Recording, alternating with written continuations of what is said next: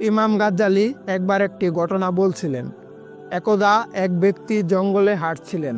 হঠাৎ তিনি একটি সিংহ দেখতে পেলেন। সিংহটি ক্ষুধার্ত অবস্থায় ছিল। ক্ষুধার্ত সিংহটি তাকে দেখেই ভয়ঙ্কর গর্জন করে উঠল।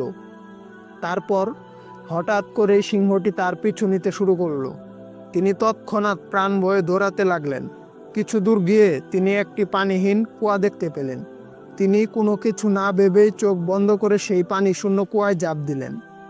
কুয়ায় পড়তে পড়তে তিনি একটি ঝুলন্ত দড়ি দেখে খপ করে তা ধরে ফেললেন এবং ওই অবস্থায় ঝুলে রইলেন। উপরে চেয়ে দেখলেন কুয়ার মুখে সিংহটি তাকে খাওয়ার জন্য অপেক্ষায় দাঁড়িয়ে আছে। নিচে চেয়ে দেখলেন বিশাল এক সাপ তার নিচে নামার অপেক্ষায় চেয়ে আছে।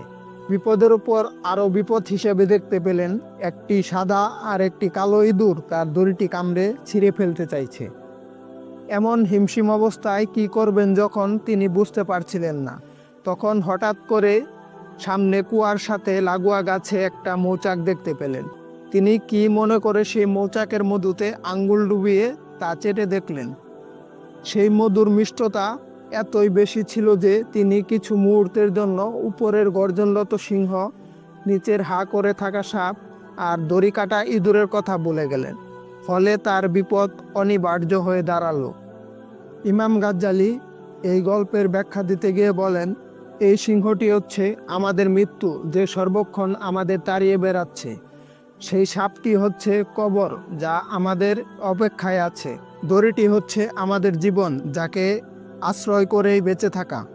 সাদা ইঁদুর হলো দিন আর কালো ইঁদুর হলো রাত, যারা প্রতিনিয়তই ধীরে ধীরে আমাদের জীবনের আয়ু কমিয়ে দিয়ে আমাদের মৃত্যুর দিকে নিয়ে যাচ্ছে।